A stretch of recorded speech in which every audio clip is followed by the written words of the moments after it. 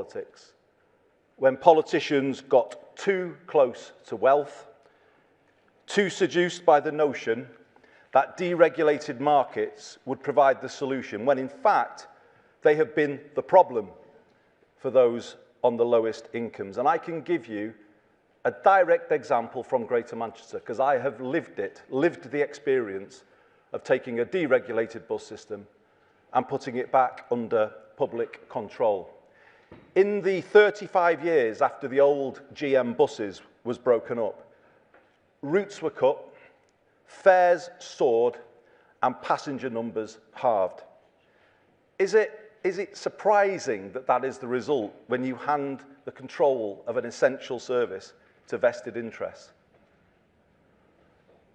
To retake public control of our buses, we had to fight those interests all the way to the High Court and pay millions of pounds for bus depots, which we were forced to give away for a song in the 1980s. And that stuck in the throat somewhat to have to do that. But we did it. And I would say in recent decades, Westminster politicians have not been prepared to do these things, these hard things. But if we are serious about solving the simultaneous housing and cost of living crises, then they will need to be so. Our aim as a country should be very explicit. Lower rents, lower water bills, lower energy bills, lower rail fares, lower bus fares.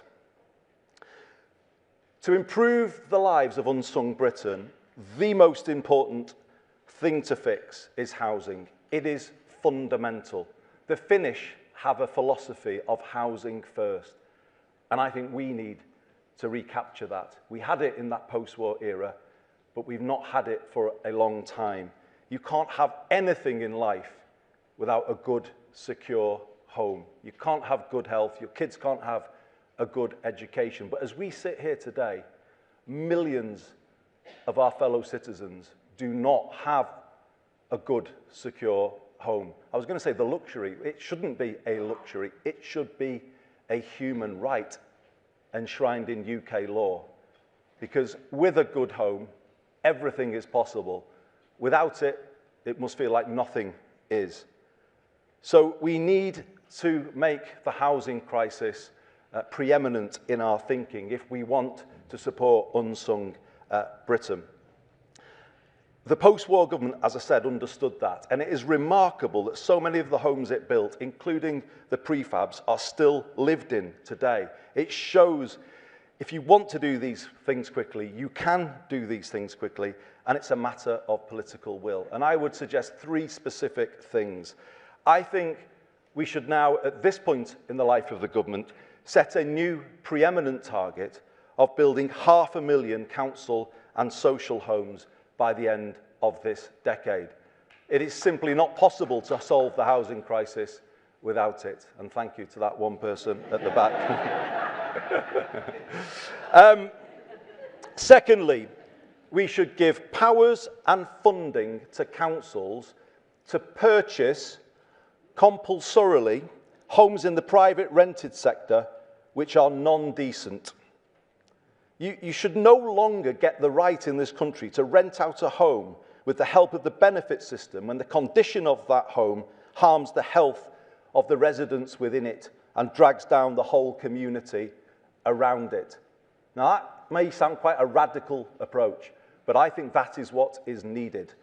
Homes that were taken out of public ownership have been left in a state of disrepair, are, if you like, there to make money for an absent landlord, but everyone else around it pays the consequences. It should not be acceptable. We wouldn't allow a food product or something else to harm the health of people, but we somehow allow homes to be rented out that harm the health of our residents in Greater Manchester. Why? It should end. And thirdly, I would suggest accelerating a retrofit programme across the country to give millions of people better homes with permanently lower energy bills, even possibly freeing people completely from the worry about energy bills. I don't know if you saw the programme on Channel 4 last night, The House Without Bills. It is a possibility in the era in which we live.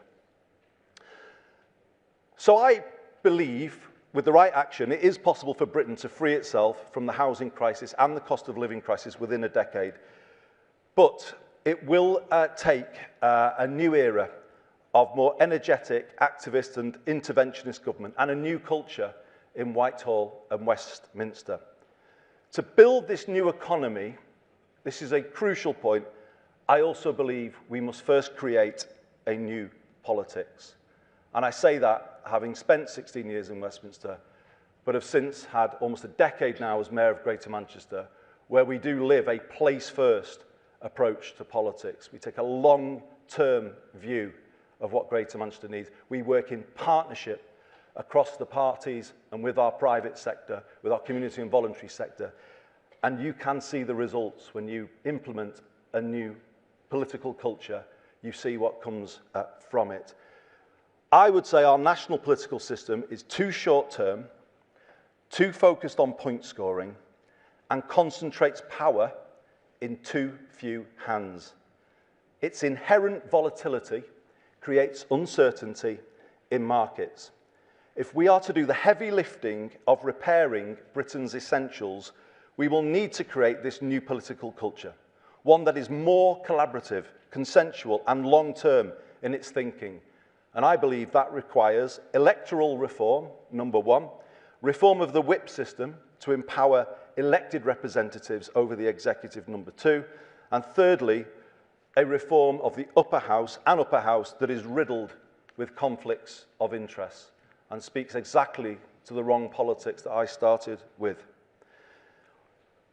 When this country gave away control of the essentials, it left people, businesses, and the country exposed to higher costs that they and we couldn't control.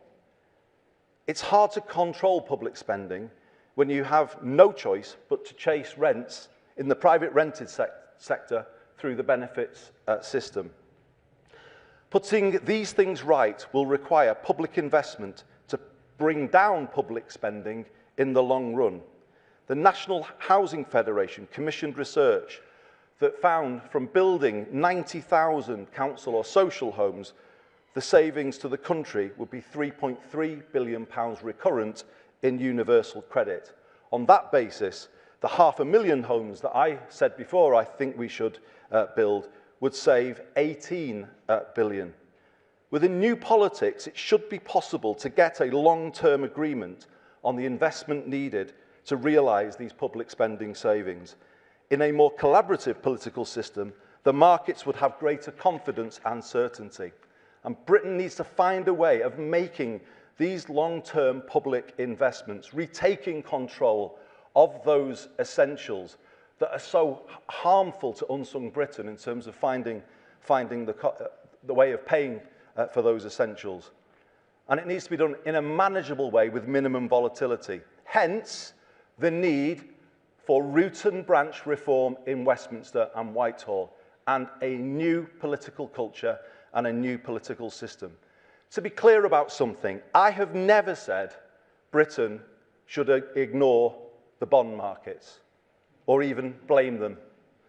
What I do say is that it is the decisions of politicians from the 1980s onwards that have left us in hock to them with little headroom and room for manoeuvre. It is only politicians who can take us out of that position with better choices. And what I mean by that is the right long-term investments backed by greater stability in a new political system. Far from ignoring the markets, that would make Britain a more investable proposition going forward.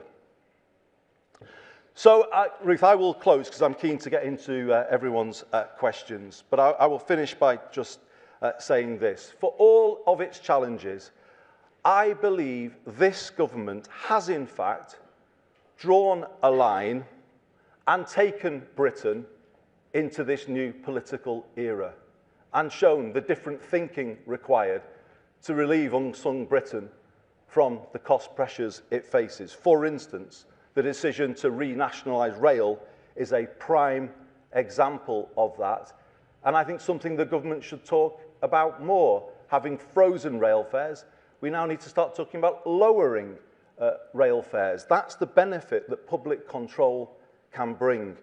And I believe it's what we should be working towards together with the government.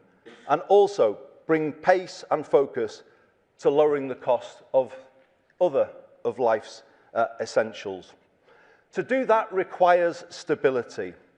And I make my own call for that today across the Labour Party. Of course, stability comes from greater unity. And that would be helped by a more inclusive way of running the party. But recent events makes that now feel possible. And from greater stability and unity, today our focus should be on the by-election in Manchester, which I am going to say to you all today is winnable for Labour. Why? Because GM Labour, Manchester Labour, has used public control of life's essentials, exactly as I've been saying to you today, to reduce the cost of living pressure on our residents. We have control of the fare box, so we have kept the £2 fare for the whole of 2026. Like here in London, it's a hopper fare, so people can catch 2 or 3 buses within the hour.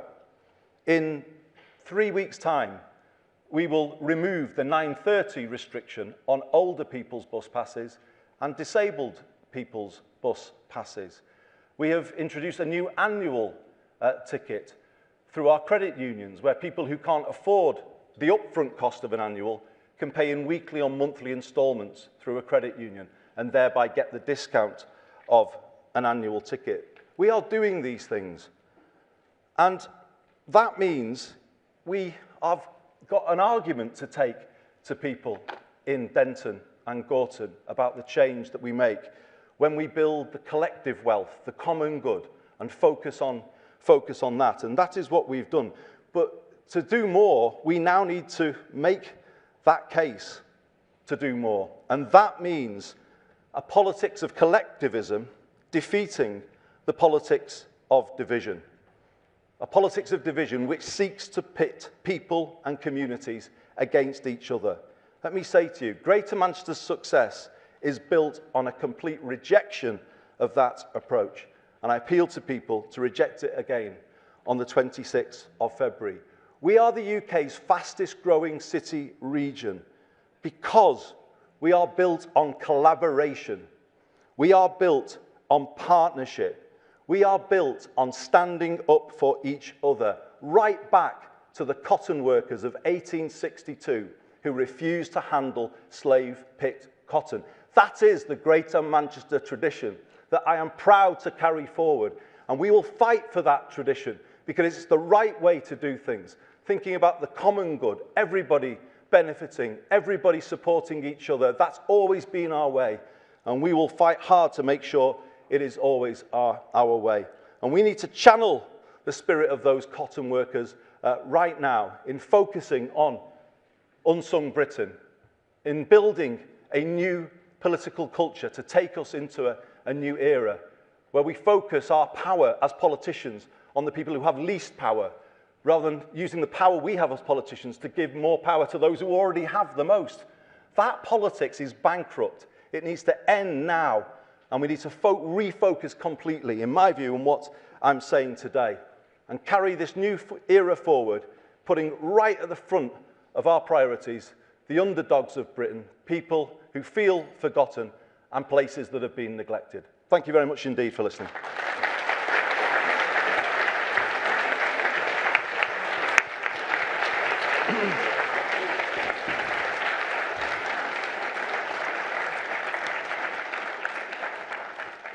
Thank you so much, Andy. I'm sure we've got lots of people who want to ask questions. Let me just ask you one. You've told us something really interesting there, I think, about your economic philosophy, about essentials being more in public control. You've also done a lot in Manchester to boost the productivity of Manchester. You mentioned some of the stats.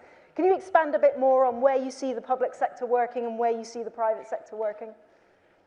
I mean, I say those things not out of a sort of what some would say, oh, kind of, you know, head in the clouds leftism. these things are the foundations of a more productive economy, a growing economy. You all know here in London, an integrated public transport system is the kind of the cornerstone of economic success, isn't it? People are able to get around easily and affordably. Well, large parts of Britain doesn't have that, and we're the first place outside of London to build that. And you can only integrate if you've got control. You can't link bus and tram and train together unless you've got oversight over the whole thing. And I think we need to challenge people on the right of politics who broke these things up to say, actually, you damaged our productivity as a country when you did that. And if you look at the housing situation, how much kind of sickness is linked to people's poor housing? And I'm not just talking about people's physical health. I think this is an issue more of mental health. How many people worry themselves to sleep every night in this country thinking about the rent and whether they can actually make it all stack up?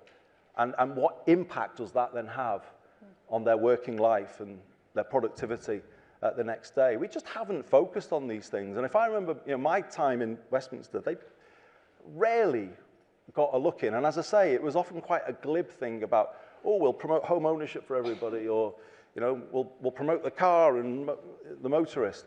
But actually, that wasn't the kind of bread and butter issues that the vast majority of people are wanting, the fabric that supports people to just live and function every day. And it did take me leaving and coming out and sort of looking at things from the bottom up and inheriting that incredible Greater Manchester tradition that I spoke about, built by Sir Howard Bernstein, Sir Richard Lees. That the success of our economy is linked to an approach which guarantees or seeks to guarantee the basics for people so that then they can be as productive employees as possible. So these two things are absolutely bound up together. Why has Britain got a low growth problem, and particularly one outside of the EU?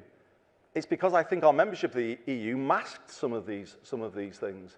And finally, we kind of see it laid bare. Britain is underpowered right across the country, across the English regions. And devolution finally is driving some pace and purpose and power back into the proud English regions. But, we didn't spend a long time without it. Great. Questions in the room. Luckily, I'm asking Rob and James to coordinate. James, do you want to take a few?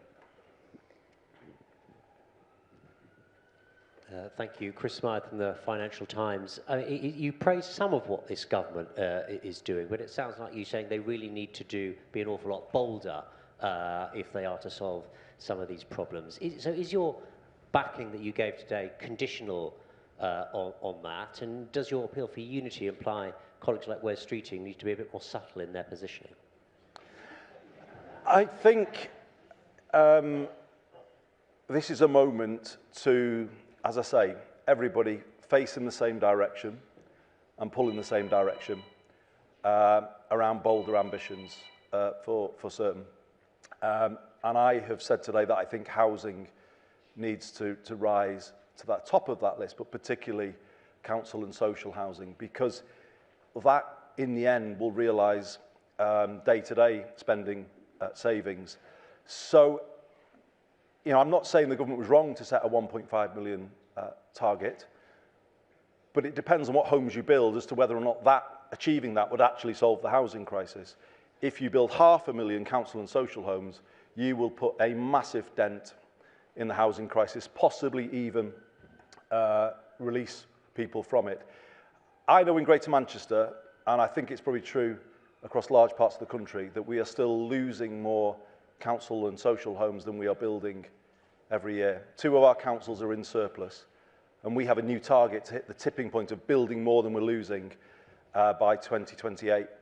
But until the grip of the housing crisis is not constantly getting tighter, I think all of the challenges of unsung Britain are not going to be, quite frankly, not going to be solved. So no, it wasn't qualified or guarded. I praise the government. I think they have broken with the governments I was in that didn't allow people to re-regulate buses, that didn't renationalise the railways, that didn't have as ambitious plans around housing. So they've kind of come forward with the big ambitions, I think what we all need to do now is drive the pace of change more quickly, and that means greater unity across the whole of the Labour movement in terms of all parts of it pulling in the same direction. I think we are at a generational moment in politics, actually. I do feel that.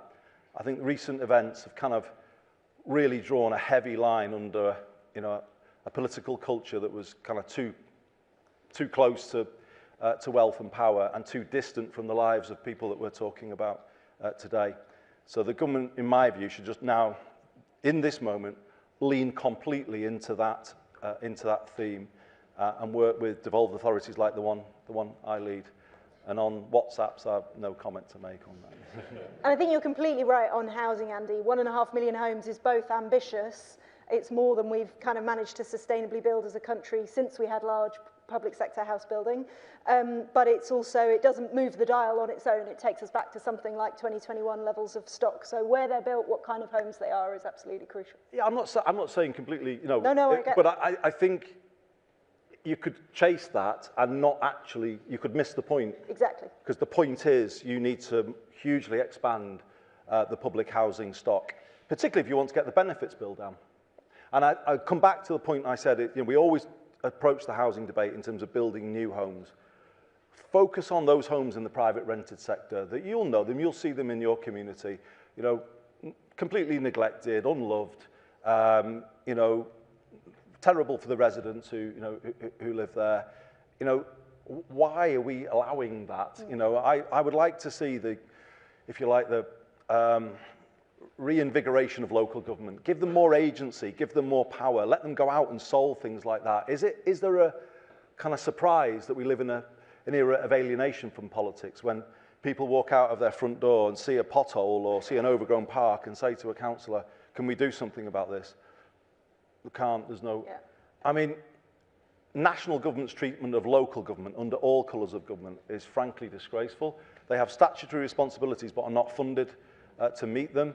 I think this is another part of repairing what's wrong in the country. You've got to start there and give councils the ability to improve the fabric of their communities, because then some trust is restored in the agency of politics to improve people's lives. We shouldn't be surprised that people feel despair when simple things can't be fixed. Right, I'm going to get in trouble if I don't get some more questions in at the front here. Helia Ibrahimi, Channel 4 News.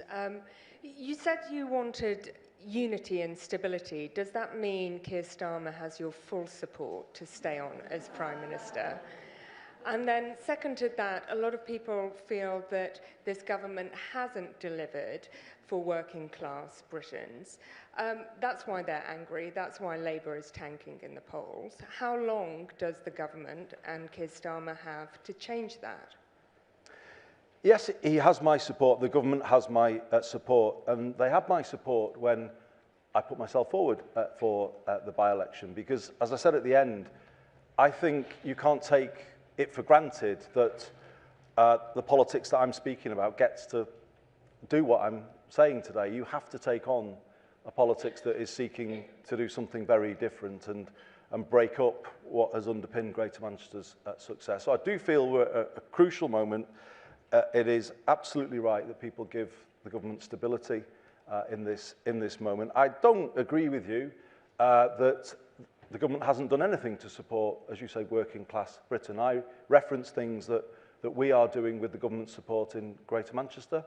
We are one of the few areas to give our 16 to 18-year-olds a free bus pass, to give them all that high aspiration coming through secondary school. We are building a new integrated technical education system called the Greater Manchester Baccalaureate, the MBAC. That is very much focused on the unsung kids, if you like, of Greater Manchester who've not had their education opportunities spoken up as much as those on the university route. And I've got the backing of the Education Secretary, who I was with yesterday, talking to about that. We could mention other things, breakfast clubs. So I think it's got to be... Well, it's a lot 2 years in, and I know people didn't necessarily applaud the freezing of rail fares, but it was an important move after years of relentless rises. So I think there should be more, though, and I think now It's about a relentless focus on these things and be explicit, I think, anyway, in lowering rents, water bills, energy bills, rail fares, bus fares. I said it in the speech, I'll say it again. I think we are paying far too much for these things compared to other countries in Europe, and that explains why some people really struggle to hold it all together month to month. James, can you find me another question? Great, let's take both if that's all right. No worries. Hi, I'm Kate, I'm from Save the Children.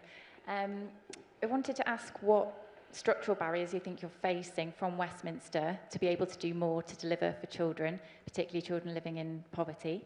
And secondly, will you come and visit our projects in Manchester? Yes, that's a better question than what's happening. But absolutely, I would love to. And structural barriers.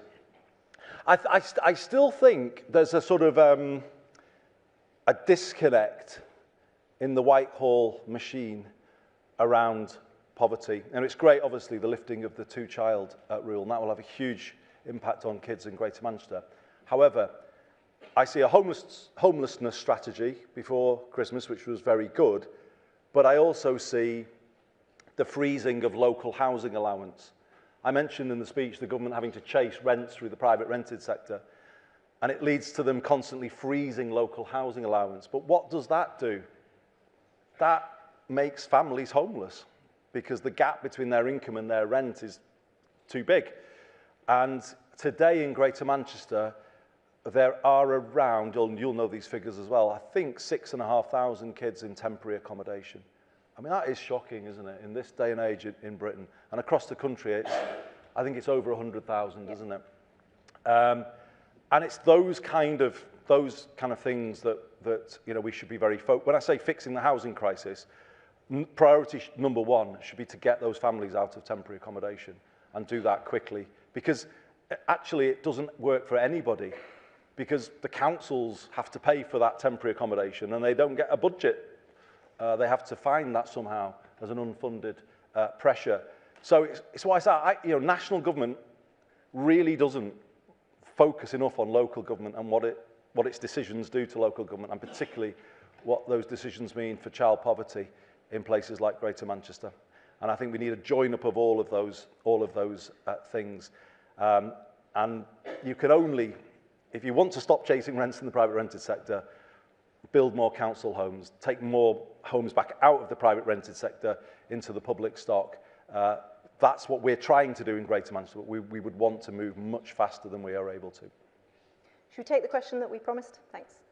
Thanks for that. Joe Wright, Tax Justice UK. You rightly talked a lot about the problems with housing and housing inequality, particularly in the private sector. Landlords pay less tax than their tenants do because they don't pay national insurance contributions, and that's clearly unfair to most people. So would you support landlords paying the same tax as their residents? Without having all the detail in front of me, I think there would be an argument for that as part of a much greater reform of the whole private rented sector.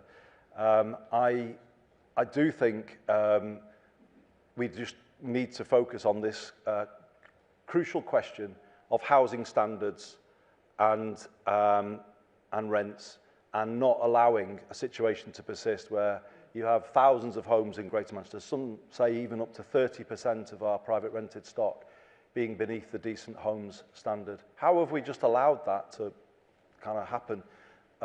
It's not acceptable. And maybe those tax measures could be enforced to give incentives to raise those housing standards. Great, last question. Rob, your choice. Thank you so much. Alex Forsyth, BBC News. You have repeatedly called for stability, you have called for unity. Do you therefore think it was wrong of Anna Sarwar to call for the Prime Minister to resign? Do you think this government is capable of delivering the policy changes that you are advocating? And can you yourself rule out any future challenge to Keir Starmer's leadership? What I am calling for very clearly today is for the unity, to create the stability, to give the government the platform to focus on all of the things that I'm talking about today.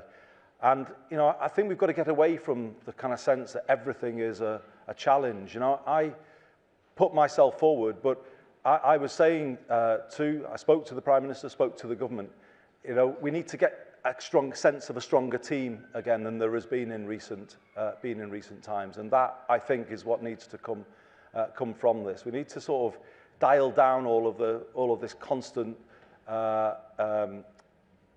briefing. You know, it's seemingly a bit endless, some of the anonymous briefing that's going around. I think we just need to, you know, focus on what's in front of us. There's a by-election in front of us. I've been playing my role in that by-election. It's been over a number of times. You know, that is actually that's the issue in politics right in front of us.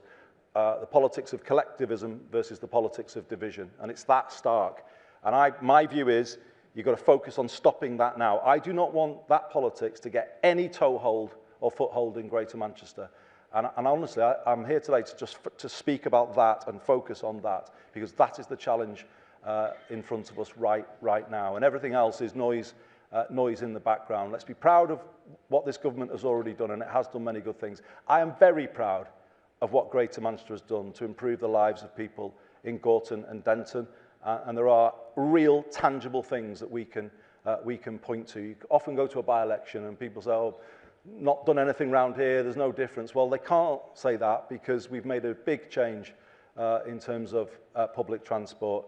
And that's, I think, where everyone has to focus. And that's my message today. And I think we all need to move forward in that spirit from here.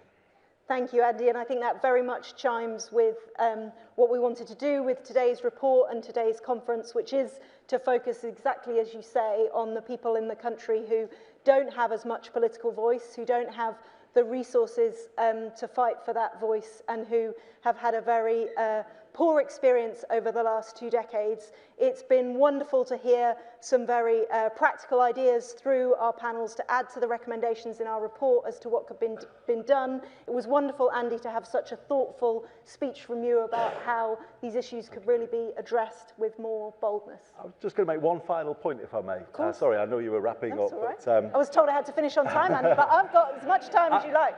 I just wanted to say something finally. It was an anecdote I was going to mention, and I forgot to in my speech, but I will share it with you because it does sort of speak to everything that today is about.